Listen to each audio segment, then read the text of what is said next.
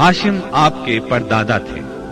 बहुत दौलतमंद होने के साथ साथ सखावत, मुरव्वत और एहसान में भी बेमिसाल थे।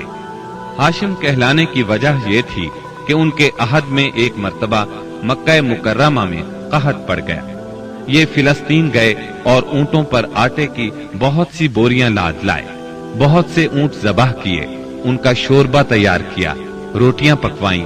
इन रोटियों को शोरबे में भिगो भिगो कर अहले शहर को खिलाते रहे। अरब इस खाने को हशीम और सुरीद कहते हैं। ये सिलसिला एक मुद्दत तक जारी रहा।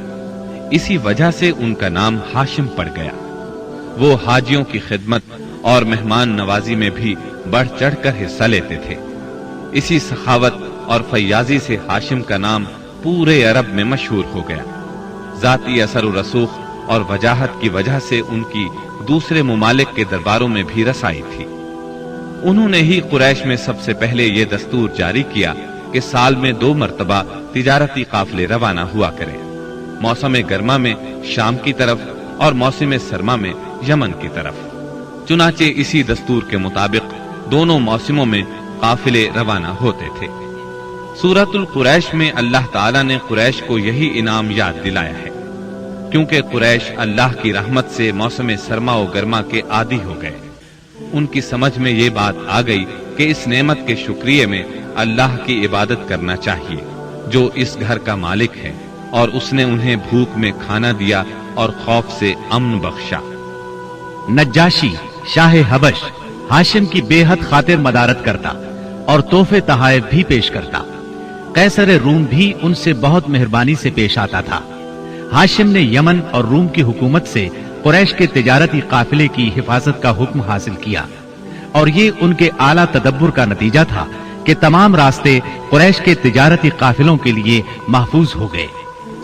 इस तरह मक्का मुकर्रमा बैनुल अक़वामी तिजारत का मरकज बन गया। इससे खाना काबा की जियारत और फरीज़ा हज आम हो गए, और मक्की जुबान भी मुल्क के चारों तरफ समझी जाने लगी। इन कुरैशी काफिलों और सालाना मेलों की वजह से जजीरा नुमाए अरब में एक माशी मरकज पैदा हो गया। इन सालाना मेलों में कुरैश को सरमायादाराना तिजारत और काफिलों की हिफाजत के सिलसिले में बहुत अहमियत हासिल थी। इस तरह मक्का मुकर्रमा तिजारती मरकज बना, जिसने सियासी मरकजियत का रास्ता खोला, जो इस्लाम का कारनामा बनने वाला था। 197 ईस्वी के चंद माह बाद हाशिम की बीवी सलमा बिनते अम्र के यहाँ मदीना मुनव्वरा में शैबा यानी अब्दुल मुत्तलिब पैदा हुए। बच्चे के सर में कुछ बाल सफेद थे, इसलिए उनका नाम शैबा रखा गया। शैबा का मतलब है बूढ़ा। हाशिम की वफात के बाद जिम्मेदारियां उनके भाई मुत्तलिब ने संभाल ली थी। गोया मुत्तलिब शैबा का चचा था। उसकी वफात के बाद शैबा ने रिफादा और सिकाया की जिम्मेदारियां खूबी से संभाली। उन्होंने यमन और हबशा के दरबारों में अपनी कौम की नुमाइंदगी भी की। उनकी मिल्कियत में एक कुदरती चश्मा भी था। एक दिन ख्वाब में उन्हें इशारा मिला कि फुला जगह खोदकर गायब शुदा जमजम का कुआं बरामद करें। खोदते वक्त उससे उन्हें दफन शुदा खजाना भी मिला, जो काबे के चढ़ावों पर मुश्तमिल था। अब्दुल मुत्तलिब को जमजम की मिल्कियत के लिए बहुत दुश्वारियां पेश आईं, मगर अहले शहर अमन पसंद थे।